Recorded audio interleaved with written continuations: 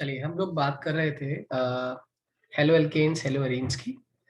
और halo alkanes hello arenes में हमने बेसिक टॉपिक्स पढ़ लिए थे कि भाई किस तरीके से क्लासिफाई करते हैं हम एल्केन्स को डिग्री वाइज, कि एल्केन 1 डिग्री है, 2 डिग्री है, 3 डिग्री है। ये हम कैसे आइडेंटिफाई करेंगे, ये चीज़ें हमने स्टडी कर ली थी और स्टार्ट कर लिया था। अब मेरे को नेक्स्ट टॉपिक की तरफ आगे बढ़ना है, जिसमें हम ये पढ़ेंगे कि हेलो एल्केन्स हेलो अरीन्स का नेचर कैसा होता है, ये कैसे मॉलिक्यूल्स होते हैं। जिसमें हमने एलाइलिक, विनाइलिक, बेंजाइलिक, जैसे मान लीजिए मैंने एक छोटा सा क्वेश्चन आपसे पूछा कि आपके पास मान लीजिए आपके पास एक कंपाउंड दे दिया ये इस तरीके से, और कहा गया बताइए ये किस कैटेगरी ऑफ कंपाउंड में हेलोजेंस में ये लाई करता है। आप जानते हैं पहली बात तो इस पूरे ग्रुप में एक ही हेलोजन मौजूद है, तो इसको हम लोग मोनो हेलोजन, मोनो मतलब सिंगल, मोनो और हेलोजन डेरिवेटिव कहेंगे। अब इस मोनो हेलोजन डेरिवेटिव का अगर मैं आपसे नाम पूछूं तो ये किस कैटेगरी में बिलोंग करता है, विनाइलिक है, एराइलिक है, बेंजाइलिक है। तो देखा जाए तो ये डायरेक्ट बेंजीन रिंग से जुड़ा हुआ आपका हेलोजन है, इसीलिए इसको हम लोग एराइलिक ग्रुप कहेंगे क्योंकि ये एरोमेटिक ग्रुप के साथ जुड़ा हुआ है। तो ये एराइलिक हैलाइड है। तो एक सिंपल सा बेसिक कंसेप्ट है जो हमें याद रखना है। हमने 1 डिग्री, 2 डिग्री और 3 डिग्री अल्काइल हैलाइड पढ़ ही लिया था। अब मान लीजिए एक क्वेश्चन आपका आ गया कि आपको इस तरीके से डायग्राम बना हुआ आ गया कि जिसमें आपको ये कार्बन दिखा दिया, फिर एक कार्बन दिखा दिया, और यहाँ पर आपको हेलोजन दिखा दिया। अब आपसे पूछा गया बताइए ये किस कैटेगरी ऑफ हैलाइड में बिलोंग करता है, तो हम जानते हैं कि ये डबल बॉन्डेड कार्बन है। और डबल बॉन्डेड कार्बन का जो पड़ोसी है उस नेबर पर हेलोजन हमारा आ रहा है। ऐसे हैलाइड्स को हम लोग एलाइलिक हैलाइड्स कहते हैं। बस ये छोटी छोटी बातें हैं जो हमें याद रखनी है और क्लासिफिकेशन आसान हो जाएगी। अब इसका एक और एग्जांपल एनसीईआरटी में बड़ा सुंदर दिया हुआ है, जहां तक मुझे याद है कि डबल बॉन्ड और डबल बॉन्ड के, ये देखिए ये डबल बॉन्ड लग रहा है हमको, और डबल बॉन्ड के वेरी नेक्स्ट कार्बन पर हेलोजन आ गया। तो अगेन ये कौन सा हैलाइड हो गया हमारा, ये एलाइलिक हैलाइड हो गया। तो हमने इन बातों को याद रखना है कि क्लासिफिकेशन का बेसिस क्या है। अब बेंजाइलिक, एलाइलिक, विनाइलिक, एराइलिक, इन हैलाइड्स के बाद हम आगे बढ़ते हैं और एक छोटे से टॉपिक पे शुरू करते हैं जिसको हम लोग बोलते हैं नॉमेनक्लेचर। ज्यादातर बच्चों को नॉमेनक्लेचर आता है, और नॉमेनक्लेचर है क्या, कैसा है, ये समझने की कोशिश करना। नॉमेनक्लेचर में सबसे पहले जैसे मान लीजिए आपको क्वेश्चन आ गया कि ये एक कंपाउंड है जिसमें आपका क्लोरीन या फिर इस तरह का कंपाउंड आ गया जहाँ पे क्लोरीन भी लगा हुआ है और ब्रोमीन भी लगा हुआ है। अब इनके नेमिंग को समझने का एक फंडा आपको सिखाता हूँ, वो फंडा आप भी क्लियर कर लो अपना, कि इसमें कितने कार्बन है। पहले तो आप देखो 5 कार्बन है। कौन सा ग्रुप लगा हुआ है इसके साथ, क्लोरीन लगा हुआ है। 5 कार्बन है और क्लोरीन इसका ग्रुप है। तो इसको सॉल्व कैसे करेंगे ये समझ लीजिएगा। इसका आईयूपीएसी नेम करने के लिए नंबरिंग करनी पड़ेगी, और नंबरिंग जहां से फंक्शनल ग्रुप पास होता है, तो 1 2 3 4 5, एक पर क्या लग गया हमारा, क्लोरो लग गया। तो 1 क्लोरो, कब इसका काम पूरा हो गया। अब रह गई मेन चेन। मेन चेन में कितने ग्रुप कार्बन है, 5 कार्बन है। पेंट 5 कार्बन के लिए, और सारे के सारे बॉन्ड सिंगल है इसलिए पेंटेन। अब इसकी बात करते हैं तो देखते हैं इसमें कितने कार्बन है। मेन चेन में तो 5 ही कार्बन दिख रहे हैं यहाँ पर भी। आप चेक कीजिए कि नंबरिंग के हिसाब से देखें तो लोएस्ट सम फॉलो कर रहा है या नहीं, क्योंकि लोएस्ट सम तभी लगाते हैं जब एक से ज्यादा फंक्शनल ग्रुप होते हैं। जैसे इस केस में 1 2 3 4 5, तो जो जहां पर फंक्शनल ग्रुप लगा हुआ है उस कार्बन की पोजीशन 2 और 4 है। और अगर मैं नंबरिंग यहाँ से करूँ तो 1 2 3 4 5, दोनों ही केस में जो आपका सम बैठ रहा है वो 2 + 4 6 ही बैठ रहा है। तो अब मैं किसको 2 बोलूं और किसको 4 बोलूं, इसके लिए ध्यान रखना। हेलोजेंस की रिएक्टिविटी तो नियरली सेम ही होती है, लेकिन इसमें हम फॉलो करते हैं प्रेफरेंस ऑर्डर, और वो अल्फाबेटिकल होना चाहिए। तो अगर मैं बोलूं ब्रोमीन, तो ब्रोमीन अल्फाबेटिकली पहले आता है इन कंपैरिजन टू क्लोरो। तो मुझे वो नंबर लेना पड़ेगा, वो चेन कंसीडर करनी पड़ेगी जिसमें ब्रोमीन को प्रेफरेंस मिल रही है। इसीलिए मेरे इस कंपाउंड का नाम क्या हो जाएगा, इस कंपाउंड का नाम हो जाएगा 2 ब्रोमो। 2 पे ब्रोमो आ गया, और 4 पे क्या आ गया आपका, क्लोरो। और अब चेन में कितने कार्बन, 5, नाम हो गया पेंटेन। आई होप ये सबको क्लियर हो गया होगा, ज्यादा टफ क्वेश्चन था नहीं। अगर ये समझ आ गया तो इसके अगला थोड़ा सा हम लोग टिपिकल क्वेश्चन लेते हैं। अब मान लीजिए आपने कहा कि मेरे पास अब ब्रांचिंग भी हो और हेलोजन डेरिवेटिव भी हो। तो हमने क्या किया, एक कंपाउंड ले लिया इस तरीके से जिसमें ब्रांचिंग कर देते हैं यहाँ पे हम लोग, ठीक है, और यहाँ पर हेलोजन ले लिया हमने। अब लॉन्गेस्ट चेन ढूंढते हैं, लॉन्गेस्ट चेन कितने कार्बन की है, तो ऑब्वियस सी बात है लॉन्गेस्ट चेन में 4 कार्बन है। अगर 4 कार्बन लॉन्गेस्ट में है तो ये सारे के सारे हमारे सब्स्टिट्यूएंट बन गए, और क्लोरीन हमारा फंक्शनल ग्रुप है। अब इसकी मैं नंबरिंग कर रहा हूँ, अगर नंबरिंग करता हूँ तो नंबरिंग साफ साफ दिख रही है मुझे कि ये वाला कार्बन हो सकता है 1 हो, ये 2 हो, ये 3 हो, ये 4 हो। नहीं, मुझे यहाँ से नंबरिंग करनी पड़ेगी इसकी, क्योंकि प्रेफरेंस ऑर्डर के हिसाब से हेलोजन को प्रेफरेंस देनी है। तो अब मेरे पास एक सिमिलर ग्रुप आ रहा है जो बार बार रिपीट हो रहा है, और वो सिमिलर ग्रुप कौन सा है, वो सिमिलर ग्रुप आपका ये वाला ग्रुप है। ये 3 जगह पे रिपीट हो रहा है, और उसको क्या बोलते हैं, हम लोग सभी जानते हैं, इसको मिथाइल कहते हैं। ठीक है। तो अगर मैं इसका IUPAC नेम करूं, तो सबसे पहले तो मुझे नेम जो देना होता है वो हेलोजेंस को देना होता है विद देयर पोजीशन। तो इस केस में the position of halogen is 2, और ये बन गया हमारा 2 क्लोरो। 2 क्लोरो के तुरंत बाद हमारा मिथाइल ग्रुप को नंबर देना है मुझे। मिथाइल ग्रुप कहाँ कहाँ पर है, 2 पर है, 3 पर है, 3 पर है। अब ये मिथाइल ग्रुप कितनी बार आ गया हमारा, ये 3 बार आ गया, तो नाम हो गया 2,3,3 ट्राई। और कौन सा ग्रुप है जो रिपीट हो रहा है, मिथाइल। और चेन में कितने कार्बन, 4, नाम हो गया ब्यूटेन। मुझे लगता है ये बेसिक IUPAC नेम भी आपको क्लियर हो गया होगा। अब कुछ और IUPAC नेम एक दो हम लोग और ट्राई कर लेते हैं। जैसे मान लीजिए आपको ये क्वेश्चन दे दिया जाए, ये बड़ा इंपॉर्टेंट है, और ये through out the organic chemistry आपको ऐसे वाले क्वेश्चंस अच्छे से याद रखने हैं। देखो, बेंजीन की अपनी इंपॉर्टेंस ही खत्म हो जाती है अगर बेंजीन के साथ कोई भी alkyl chain, side chain substitution कहते हैं इसको, हम लोग क्या बोलते हैं, साइड चेन सब्स्टिट्यूशन। अगर बेंजीन के साथ साइड चेन सब्स्टिट्यूशन स्टार्ट हो जाती है तो बेंजीन की इंपॉर्टेंस खत्म हो जाती है। उस केस में हम बेंजीन को फिनाइल कहना शुरू कर देते हैं। तो अगर मैं इसका IUPAC नेम देखूं तो ये तो हो गई आपकी मेन चेन, और ये पूरा बन गया आपका एक सब्स्टिट्यूएंट जिसको हम लोग फिनाइल कहते हैं। अब इस चेन में एक ही कार्बन है, तो 1 पर ही आपका क्लोरो है, और 1 पर ही आपका, इसको क्या बोलेंगे, बेंजीन नहीं बोलेंगे, इसे क्या बोलेंगे हम लोग, फिनाइल। तो 1 क्लोरो 1 फिनाइल, ये ग्रुप हो गया। और इसके साथ साथ अब रह गया मेन चेन। मेन चेन में कितने कार्बन है, एक कार्बन, नाम क्या हो गया, मीथेन। तो आई होप ये क्लियर हो गया होगा आप लोगों को। अगर एक और एग्जांपल हम लें ऐसा ही, तो कुछ ऐसा हो सकता है एग्जांपल कि आपने बेंजीन लिया, और बेंजीन पे C और ये क्लोरो हो गया। अब मैं इसकी नेमिंग करने की कोशिश करता हूँ। देखिएगा, अब इसमें नेमिंग करते हुए ध्यान देना है कि हमें चेन कहाँ से लेनी है। चेन में 3 कार्बन दिख रहे हैं आपको, ये मेन चेन है, ये बन गई हमारी साइड चेन सब्स्टिट्यूशन के लिए, बेंजीन को फिनाइल बोल देंगे। अब नंबरिंग जो करूँ वो यहाँ से भी सकता है 1 2 3, या फिर 1 2 3। मुझे लगता है ये वाला 1 2 3 वाला करेक्ट, क्योंकि यहाँ पर 1 पर मेरा एक सब्स्टिट्यूएंट आ गया, और 2 पर मेरा दूसरा सब्स्टिट्यूएंट आ गया। लेकिन यहाँ पे करने पे यहाँ मेरा कोई सब्स्टिट्यूएंट नहीं है, और पहला कहाँ पर आ रहा है, 2 पर, और दूसरा कहाँ पर आ रहा है, 3 पर। So the best way is to give them numbering as 1 2 3, जो कि ऊपर तरीके से हमने लिखा हुआ है। अब इसका नेमिंग कैसे करें। अब मैं जानता हूँ कि हमेशा हेलोजन को पहले प्रेफरेंस देते हैं, तो ये नाम हो जाएगा 2 क्लोरो। 2 पे क्लोरो आ गया, और 1 पे क्या आ गया, 1 पे आपका फिनाइल आ गया। तो the name would be 2 chloro 1 phenyl. अब चेन में कितने कार्बन है, हम जानते हैं चेन में 3 कार्बन है, तो नाम हो जाएगा 2 chloro 1 phenyl propane. It is the simple IUPAC name of this compound. अब इसके बाद कुछ ब्रांच कंपाउंड, जिसे हम लोग जिगजैग स्ट्रक्चर्स भी कहते हैं, बॉन्ड लाइन स्ट्रक्चर्स भी कहते हैं, उसके बेसिस पे हम कुछ IUPAC नेम ट्राई करने की कोशिश करेंगे।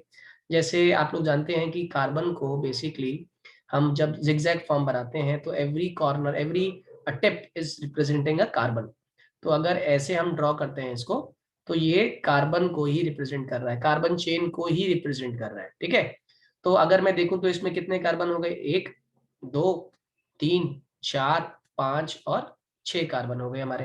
अब इसको इस तरीके से रिप्रेजेंट करें, या फिर आप इसमें डबल बॉन्ड आपने यहाँ इस तरीके से लगा दिया, डबल बॉन्ड यहाँ लगा दिया, एक हेलोजन आपने यहाँ लगा दिया, हेलोजन मान लीजिए क्लोरो लगा दिया आपने।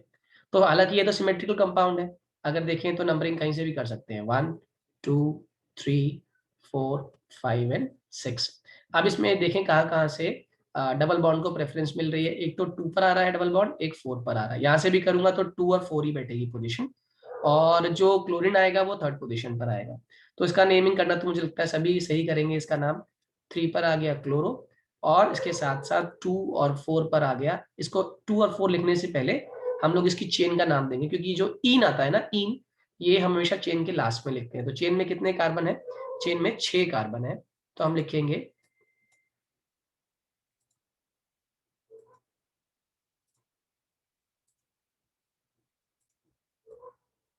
जस्ट अ मोमेंट,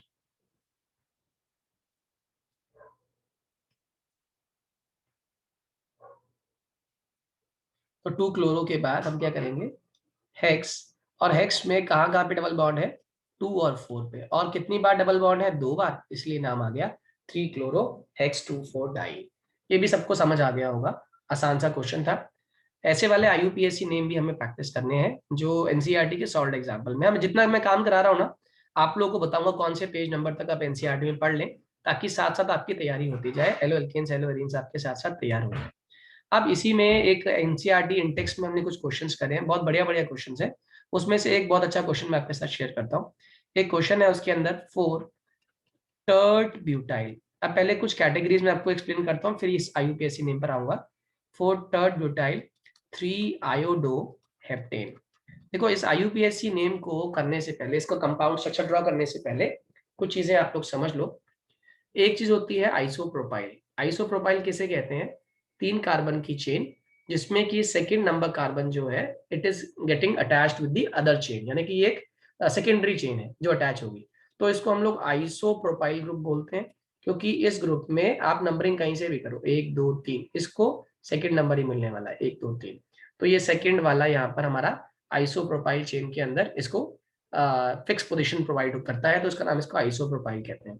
एक होता है टर्ड ब्यूटाइल। टर्ड ब्यूटाइल इज नथिंग, इस ग्रुप को हम लोग टर्ड ब्यूटाइल कहते हैं, जिसमें इस तरीके से ये कार्बन 3 कार्बन से घिरा हुआ, चौथे से अटैच होने जा रहा है, इसको हम लोग बोलते हैं टर्ड ब्यूटाइल। एक होता है हमारा सेक ब्यूटाइल। सेक ब्यूटाइल क्या होता है, कार्बन की सिंपल स्ट्रेट चेन है, मगर ये जो सेकंड नंबर वाला कार्बन है ये किसी मेन चेन से अटैच होगा, इसको हम लोग क्या बोल देते हैं, सेक ब्यूटाइल। फिर एक और हमारा चेन आता है जिसको हम लोग बोलते हैं नियो पेंटाइल। ये नियोपेंटाइल ग्रुप है जिसमें 5 कार्बन ऑलरेडी एक ग्रुप बनाकर बैठे हुए हैं, और ये वाला कार्बन, कॉर्नर वाला कार्बन किसी मेन चेन से अटैच होगा। अब आपको ये डायग्राम समझ आ रहा होगा, 4 टर्ड ब्यूटाइल 3 आयोडो हेप्टेन। ऐसे में सबसे पहले आप क्या करते हैं, आप मेन चेन ड्रॉ कर लेते हैं। मेन चेन में कितने कार्बन है, 7 कार्बन है। आपने ये 7 कार्बन, 5 6 और एक 7। अब थर्ड पर इसने कहा आयोडो ग्रुप लगाना है, तो आपने थर्ड पे आयोडो लगा दिया। 4 पे इसने कहा टर्ड ब्यूटाइल बनाओ, तो हम टर्ड ब्यूटाइल बनाने वाले हैं। ये कुछ इस तरीके से बनेगा, और बाकी कार्बन के H आप पूरे कर ही देंगे। ये आपको मुझे लगता है समझ आ गया होगा इस कंपाउंड के अंदर कि इसका स्ट्रक्चर हमें ड्रॉ कैसे करना है। अब एक क्वेश्चन मान लीजिए और आ गया आपके पास, जो आपको ड्रॉ करने के लिए कि आप बनाकर दिखाइए 1 ब्रोमो, और इसके साथ ही 4 सेक ब्यूटाइल, और साथ में आ गया इसके 2 मिथाइल, और 2 मिथाइल के साथ में आ गया बेंजीन। अब आप जान गए इसके अंदर मेन चेन क्या है, मेन चेन बेंजीन रिंग बनेगी इसके अंदर। तो बेंजीन रिंग, सबसे पहले आपने बेंजीन रिंग को ही ड्रॉ कर लिया। अब बेंजीन रिंग जब ड्रॉ कर लिया तो 1 पे ब्रोमो कह रहा है, तो 1 पे हमने ब्रोमीन ड्रॉ कर दिया, और 4 पे कौन सा ग्रुप आने वाला है, सेक ब्यूटाइल। तो सेक ब्यूटाइल आप जानते हैं कि 4 कार्बन की चेन, और 4 कार्बन की चेन में सेकंड वाला कार्बन किसी से अटैच हो रहा होगा, उसको बोलते हैं सेक ब्यूटाइल। और 2 पे क्या आ गया आपका, मिथाइल। 2 पे आपने क्या ड्रॉ कर दिया, मिथाइल। तो ये कंपाउंड हो गया 1 bromo 4 sec butyl 2 methyl benzene. I hope यहाँ तक आप लोग को सभी को क्लियर हो गया होगा, ठीक है। और क्लियर हो गया तो आप लोग अपने हैंड रेज कर सकते हैं, ताकि मैं आगे बढ़ सकूं। ये IUPAC नेम और कंपाउंड्स के बारे में हमने बेसिक इंफॉर्मेशन सारी पढ़ ली है। चलो गुड, सभी को समझ आ गया। तो अब हम आगे बढ़ते हैं इसके तुरंत बाद, कि अब आता है हमारा नेचर ऑफ, जितने भी हेलो एल्केन्स पढ़ रहे हैं इनका नेचर कैसा होता है। नेचर को समझना और आसान है। जैसे हम बात कर रहे हैं nature of CX bond. CX bond is basically carbon और हेलोजन का बॉन्ड। ये कैसा होता है, आप खुद समझते हैं कि अगर कार्बन के साथ हेलोजन जुड़ा हुआ है, हेलोजन तो बचपन से ही बदनाम है अपनी इलेक्ट्रोनेगेटिविटी की वजह से, और इलेक्ट्रोनेगेटिविटी का मतलब होता है चार्ज क्लाउड को, इलेक्ट्रॉन क्लाउड को अपनी तरफ विड्रॉ कर लेना, डिस्ट्रैक्ट कर लेना। जब ऐसा वो कर लेता है तो ऑब्वियस सी बात है, इसके ऊपर लोग इसकी बुराई करना शुरू करते हैं, इसकी थू थू होती है। तो इस पर चार्ज क्या आ गया, पार्शियल नेगेटिव, और इस पर चार्ज क्या आ गया, पार्शियल पॉजिटिव। कहीं ना कहीं इसने क्या गेन कर लिया अपने ऊपर, हम जानते हैं कि इसने अपने ऊपर पोलैरिटी गेन कर ली। और ये पोलैरिटी इसको अपने आप एक ऑटोमेटिकली 2 तरह के चार्जेस इसने क्रिएट कर दिए हैं, इसको हम लोग डाइपोलर नेचर भी कह देते हैं, कि इसने पोलैरिटी की वजह से अपने ऊपर डाइपोलर नेचर इंड्यूस कर लिया है, जो कि हम स्टडी भी करेंगे। और कैसे स्टडी करेंगे, जैसे मान लीजिए आपके पास क्वेश्चन आ गया कि आपके पास CH3F है और CH3Cl है, इन दोनों में से किसकी डाइपोल मूवमेंट ज्यादा है और क्यों है। देखो ऑब्वियस सी बात है, पहले ऐसे क्वेश्चंस में आप देखो कॉमन ग्रुप क्या है। अब देखो कॉमन ग्रुप CH3, यानी कि CH3 का इसमें कोई भी रोल नहीं है। जो भी रोल प्ले कर रहे हैं वो ये हेलोजेंस प्ले कर रहे हैं। तो एक है फ्लोरीन आपका और एक है आपका क्लोरीन। अब इन दोनों में से अपनी तरफ इलेक्ट्रॉन विड्रॉ तो दोनों ही कर सकते हैं, क्योंकि दोनों इलेक्ट्रोनेगेटिविटी लगभग सेम सेम है। लेकिन किसका साइज कंपैरेटिवली अगर हम बात करें डाइपोल मूवमेंट की, तो dipole movement is basically mu is equals to q into 2L, जहाँ पे क्यू होता है चार्ज। तो चार्ज तो देखा जाए तो दोनों ही अपने ऊपर लगभग सेम सेम कैरी कर लेंगे। लेकिन कौन सा फैक्टर डिसाइडिंग है, और वो होता है हमारा डिस्टेंस या फिर लेंथ। जितनी दूरी होगी, जितना साइज बड़ा होगा, मान लो फ्लोरीन का तो साइज इतना है लेकिन क्लोरीन का साइज बड़ा है, तो सेंटर से सेंटर तक की दूरी किस केस में बढ़ जाएगी? ऑब्वियस सी बात है CH3Cl में। तो आप बोलेंगे कि CH3Cl का डाइपोल मूवमेंट ज्यादा इसलिए है क्योंकि CH3Cl की जो बॉन्ड लेंथ है, बॉन्ड लेंथ वो ज्यादा है इन कंपैरिजन टू CH3F के। और वो इसीलिए जो म्यू की वैल्यू है, ओवरऑल म्यू की वैल्यू है, mu of CH3Cl would be greater than mu of CH3F। आसान सा कंसेप्ट है, ठीक है। ये भी मुझे लगता है सबको क्लियर होगा। क्लियर है तो एक बार हैंड रेज करो ताकि आगे हम कंटिन्यू कर सकें। और गुड, समझ आ गया सभी को। अब इसके बाद हम नेक्स्ट टॉपिक की तरफ आगे बढ़ते हैं। और नेक्स्ट टॉपिक इससे भी आसान है, जो आपको एग्जाम में आएगा। देखो आपको मैंने अभी सिखाया था मोनोक्लोरो कंपाउंड्स। मोनोक्लोरो कंपाउंड्स का मतलब होता है मोनो हेलोजन डेरिवेटिव्स, मतलब एक हेलोजन आपका आने वाला है। तो उसने कहा कि आपके पास एक कंपाउंड है, सॉरी आपके पास एक कंपाउंड है CH3 whole twice CH, CH2 और CH3। ये कंपाउंड आपको दिया गया है, कहता है जितने भी इसके पॉसिबल मोनोक्लोरो स्ट्रक्चर्स हैं, आइसोमर्स हैं, बना दीजिए। वैसे पहले तो आप इसको खोलना सीखो पहले। वैसे पहले जब भी जो चीज ब्रैकेट में होती है ना, उसको तो भूल जाया करो, उसको हम बाद में इस्तेमाल करेंगे। तो अभी जो मेन चेन है वो कितने कार्बन की है? 3 कार्बन की आपको चेन दिखाई दे रही है। अब इनके हाइड्रोजन पूरे करो। इस पर 3 है, इस पर 2 है, इस पर 1 है। तो यहां से एक चीज दिमाग में आ गई कि इस कार्बन के, जिस कार्बन की मैं बात कर रहा हूँ वो ये कार्बन है, और इसको 2 वैलेंसी पूरी करनी है। और यहाँ पर भी नोटिस करो ग्रुप में कितने, इस ब्रैकेट में कितने ग्रुप्स दिखा रहा है? 2। तो इट मींस एक CH3 यहाँ पर लगा हुआ है इसके, और एक CH3 इसमें यहाँ पर लगा हुआ है। अब मैं आपसे पूछूंगा बताओ इस चेन में कितने कार्बन हो गए? आप बोलोगे सर इस चेन में 4 कार्बन आ गए। तो ये क्या बन गया? हमारा सब्स्टिट्यूएंट बन गया। अब मुझे मोनो हेलो डेरिवेटिव्स बनाने हैं, यानी कि 4 कार्बन वाले, 4 कार्बन जिसमें एक हेलोजन लाना है आपको अलग अलग जगहों पर।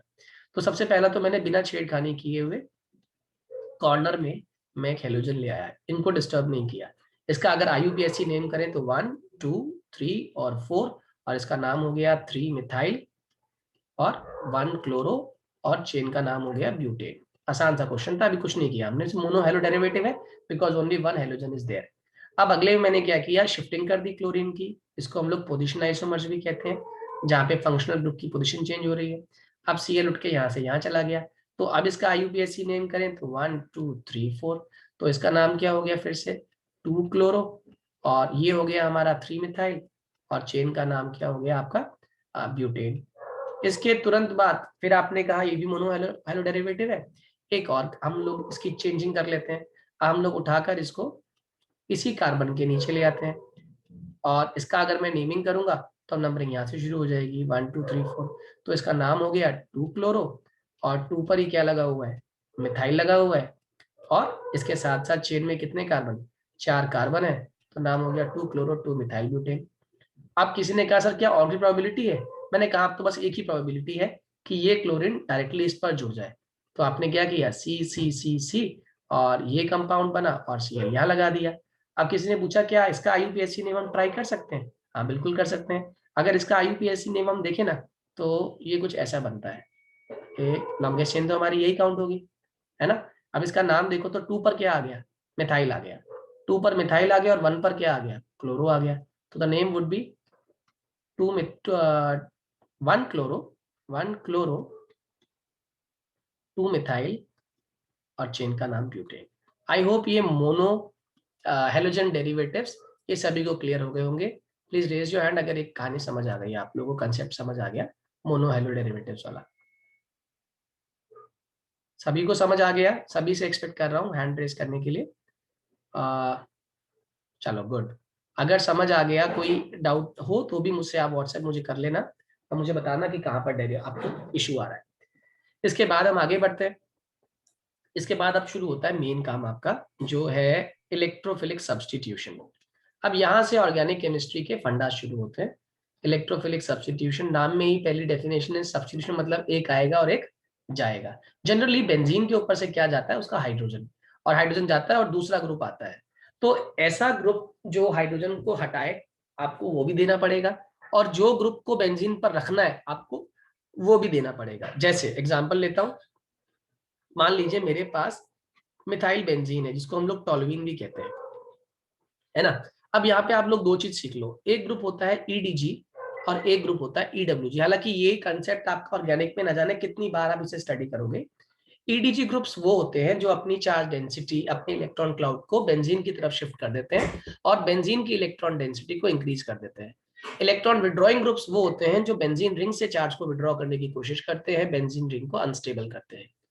जितने भी इलेक्ट्रॉन डोनेटिंग ग्रुप होंगे ना, वो चार्ज डेंसिटी को एनहांस करेंगे, और कहां पर करेंगे, चार्ज डेंसिटी को ऑर्थो पैरा पोजीशंस पर एनहांस कर देंगे। अब चार्ज डेंसिटी का मतलब इलेक्ट्रॉन रिच कर देंगे इसको। और इलेक्ट्रोफाइल यानी कि इलेक्ट्रॉन लविंग, तो ऑब्वियस सी बात है, अगर कोई इलेक्ट्रॉन लविंग स्पीशी है तो वो कहां पे अटैक करना चाहेगी, जहां पर इलेक्ट्रॉन रिच है। वो कौन कौन सी स्पीशी है, वो ऑर्थो और पैरा स्पीशी, ऑर्थो और पैरा पोजीशन है, तो वहां पे वो अटैक करना चाहेंगे। ऐसा ही जो इफेक्ट शो करता है वो CH3 शो करता है। ये अपना इलेक्ट्रोमैग्नेटिक इंडक्टिव इफेक्ट की वजह से अपने ये शो करता है प्लस आई इफेक्ट, और बेंजीन शो करती है आर इफेक्ट। तो बेंजीन का रेजोनेंस जो होता है ना, आर इफेक्ट डोमिनेटिंग होता है इसके इंडक्टिव इफेक्ट पे। ठीक है। तो मिथाइल के इंडक्टिव इफेक्ट से डोमिनेटिंग आर इफेक्ट है बेंजीन का, तो बेंजीन इसके इलेक्ट्रॉन क्लाउड को अपनी तरफ खींच लेगी। जब इलेक्ट्रॉन क्लाउड को खींच लेगी तो इलेक्ट्रॉन क्लाउड को सर्कुलेट करेगी, कहाँ कहाँ पे सर्कुलेट करेगी, ऑर्थो, पैरा और ऑर्थो पोजीशन पे। यानी कि आने वाला जो ग्रुप है ना, आने वाला जो मेहमान है, उसका स्वागत कौन कौन सी पोजीशन पे करेंगे हम लोग, ऑर्थो पैरा ऑर्थो पर। इसी बात को हमें याद रखना है। कैसे, अब मान लो मेरे पास यही सेम रिएक्शन थी, टॉलुइन था मेरे पास, और इस टॉलुइन में मैंने डाल दिया एक हेलोजन। ठीक है। और हेलोजन डालने के साथ साथ मैंने ये डार्क रिएक्शन करी इन प्रेजेंस ऑफ Fe। अब क्या होगा कि जो CH3 है, हम जानते हैं ये कैसा ग्रुप है, EDG, इलेक्ट्रॉन डोनेटिंग ग्रुप। अगर ये इलेक्ट्रॉन डोनेटिंग ग्रुप है तो ये आने वाले ग्रुप को कहाँ भेजेगा, हम जानते हैं कौन सी पोजीशन पर, ऑर्थो पोजीशन पर। तो पहले यहाँ वाला जो H है ना, वो एक X को लेकर बाहर भाग जाएगा, HX बना लेगा हमारा। मैं यहाँ पे लिख देता हूँ, HX बाहर जाएगा और यहाँ पर एक X आ जाएगा। अब यहाँ पर ये रिएक्शन रुकेगी नहीं, क्योंकि एक और साइट इसने क्रिएट कर दी थी, और वो साइट कौन सी थी, पैरा साइट थी। तो जो पैरा वाली साइट है उसके पर भी H मौजूद है, तो एक H फिर से एक X को लेकर जाएगा, और यहाँ पर क्या आ जाएगा, फिर से आपका X आ जाएगा। अब यहाँ पर ना बच्चों बहुत इंपॉर्टेंट क्वेश्चन शुरू होता है। ये है मेजर प्रोडक्ट और ये है माइनर। आप कहोगे सर कैसे पता चला ये मेजर और ये माइनर है। देखो पहली बात तो ये ऑर्थो प्रोडक्ट है, ये कौन सा प्रोडक्ट है, ये पैरा प्रोडक्ट है। ये मेजर कई रीजंस की वजह से होता है। पहला रीजन जो है वो है इसकी सिमेट्री, और सिमेट्री की वजह से ध्यान रखना, ये बहुत आसानी से आपकी जो इंटरस्टिशियल साइट्स होती हैं, जिसको हम लोग लैटिस साइट्स भी कह देते हैं, उसमें ये ट्रैप हो जाता है। इंटरस्टिशियल साइट में ये ट्रैप हो जाता है। जब ये ट्रैप हो जाएगा तो मॉलिक्यूल की ओवरऑल स्टेबिलिटी को इंक्रीज कर देगा, तो जिसकी वजह से बॉइलिंग पॉइंट, मेल्टिंग पॉइंट, ये सारी प्रॉपर्टीज ये एनहेंस कर देता है। और दूसरी बात, इनके अंदर आपस में भी अगर मान लो दोनों ही ग्रुप ईडीजी हैं, तो दूर होने की वजह से, एक दूसरे के जस्ट ऑपोजिट होने की वजह से इनके बीच में रिपल्शन जो लग रही है, वो स्टेरिक हिंड्रेंस कहते हैं रिपल्शन बेसिकली, वो रिपल्शन भी कैसी हो गई है, मिनिमम। तो सारे ही काम इसको स्टेबल कर रहे हैं, और ये पैरा प्रोडक्ट हमारा हमेशा जनरली मेजर प्रोडक्ट रहता है, because of all these 4 reasons. और ये 4 रीजंस आपको क्लियर होने चाहिए। आई होप सभी को क्लियर हो गए। Please raise your hand if you understand this concept. Good. Okay, कुछ अभी भी हाथ देख रहा हूँ जो खड़े नहीं हुए, जिन्हें समझ नहीं आया, प्लीज मेरे से व्हाट्सएप करके या मैसेज करके मुझसे ये पूछ लेना आप लोग। ठीक है, चलिए आगे की बात करते हैं। ये एक टाइप की इलेक्ट्रोफिलिक सब्स्टिट्यूशन थी जो हमने शुरुआत करी है। अब एक जो रिएक्शन डायरेक्ट एग्जाम में आती है, जिसको हम लोग नेम रिएक्शन कहते हैं बच्चों, वो आपको याद भी होनी चाहिए, और वो रिएक्शन है आपकी सैंड मेयर रिएक्शन। ठीक है, don't get confuse. Sandmeyer reaction को हम लोग डाई एजोटाइजेशन से मिक्स कर देते हैं, डाईएजोटाइजेशन सैंडमेयर में जो हम बेंजीन डायजोनियम हैलाइड इस्तेमाल करते हैं ना, उसको बनाने की प्रोसेस को डाईएजोटाइजेशन कहते हैं। क्या मतलब, अभी क्लियर करता हूँ। ये मान लीजिए आपके पास एनिलीन है, ठीक है, और मान लीजिए क्या है एनिलीन, इसमें आपने डाल दिया NaNO2 in presence of HCl, ठीक है। टेम्परेचर लगभग हमारा रूम टेम्परेचर ही होता है 273 से 278 केल्विन। तो यहाँ पे जो NaNO2 और HCl की प्रेजेंस में this aniline converts itself into benzene diazonium halide, corresponding हमारा benzene diazonium halide ये फॉर्म कर लेता है। N ट्रिपल बॉन्ड NX, इस पर प्लस आ जाएगा, इस पर नहीं, X माइनस, ठीक है। ये क्वार्टनरी सॉल्ट है। पहली बात तो ये कैसा सॉल्ट है, क्वार्टनरी। क्वार्टनरी क्या होते हैं, जो कि टूटने के बाद वापस बहुत जल्दी, मतलब अनस्टेबल सॉल्ट है, जो वापस 1 डिग्री 2 डिग्री 3 डिग्री में टूटने के चांसेस इनके ज्यादा होते हैं। और जो अनस्टेबल होगा ना, इंटरमीडिएट अनस्टेबल होगा, वो समझ जाओ प्रोडक्ट बनाने के लिए बहुत बढ़िया काम करेगा। तो बस यहीं से यहां तक जो रिएक्शन आपने करी ना, दिस इज योर डाईएजोटाइजेशन। कोई आपसे पूछे व्हाट इज डाईएजोटाइजेशन, तो बस ये स्टेप लिख के दिखा देना। आई थिंक डाईएजोटाइजेशन सबको क्लियर हो गया होगा। जस्ट रेज योर हैंड अगर if it is clear to you diazotization. Good. तो डाईएजोटाइजेशन के तुरंत बाद सैंडवेयर भी हाथों हाथ पढ़ लेते हैं। सैंडवेयर तो अब आसान खेल हो गया। मैं इसको ऐसे समझाता हूँ कि ये जो क्वार्टनरी सॉल्ट है ना, जिसे हम लोग डायजोनियम हैलाइड कह रहे हैं, ये बेसिकली एक चौराहे पे खड़ा हुआ है, और उस चौराहे से ये कहीं भी कोई भी रास्ता पकड़कर आगे निकल सकता है। क्या मतलब, अगर मैंने इसको डायजोनियम हैलाइड में कन्वर्ट कर दिया है N2 प्लस और X माइनस में, तो इसके बाद तो N नंबर ऑफ रिएक्शन है। अगर मैं यहाँ पर डाल दूं Cu2 Cl2, X2 मतलब X कैन बी ClBr, कोई भी हो सकता है इसमें से, ठीक है। F नहीं हो सकता इसमें डायरेक्टली इस प्रोसेस से। तो अब क्या करेगा ये डायरेक्टली कॉपर का हमने सॉल्ट लिया, इधर अपना कॉपर का सॉल्ट है इन प्रेजेंस ऑफ HCl, तो ये क्या करेगा, यहाँ पर क्लोरोबेंजीन फॉर्म कर देगा। क्लोरोबेंजीन साथ में क्या निकलेगा, इसके अंदर N2 गैस निकलेगा। यही प्रोसेस मैंने अगर कर दिया in presence of Cu2Br2 in presence of HBr, तो ये क्या फॉर्म कर लेगा, हमारा ब्रोमोबेंजीन फॉर्म कर लेगा, और साथ में फिर से N2 गैस निकल जाएगी। ये कहलाती है हमारी सैंडमेयर रिएक्शन। ये क्या कहलाती है, सैंडमेयर। आई होप यहां तक सभी लोगों को सैंडमेयर का कंसेप्ट क्लियर हो गया होगा, ठीक है।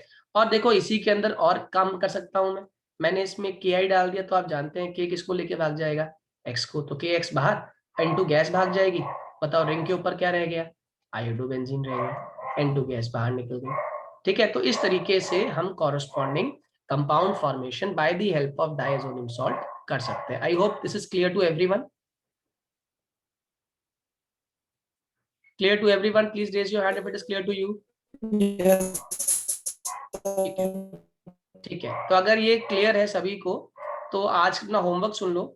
NCERT halo alkanes hello arenes में टिल पेज नंबर 288 आप लोग पढ़ेंगे, plus NCERT exercise question 1 to 5 halo alkanes hello arenes आप लोग फिनिश करेंगे। ये उन बच्चों के लिए जो कहीं ना कहीं ऑर्गेनिक को बेसिक से पढ़ना चाह रहे थे, ईमानदारी से पढ़ाई कीजिएगा। टिल पेज नंबर 288 तक halo alkanes hello arenes complete कीजिएगा। कल भी मैं एक क्लास लूंगा आप लोगों की इसी तरीके से हाफ एन आवर की, और हेलो एल्केन्स हेलो अरेन्स में हम आगे बढ़ेंगे। सर क्वेश्चंस कौन कौन से, question number 1 to question number 5 NCERT सभी ट्राई करेंगे अपनी नोटबुक के अंदर, तभी ऑर्गेनिक अच्छे से हो पाएगी, ठीक है। चलिए।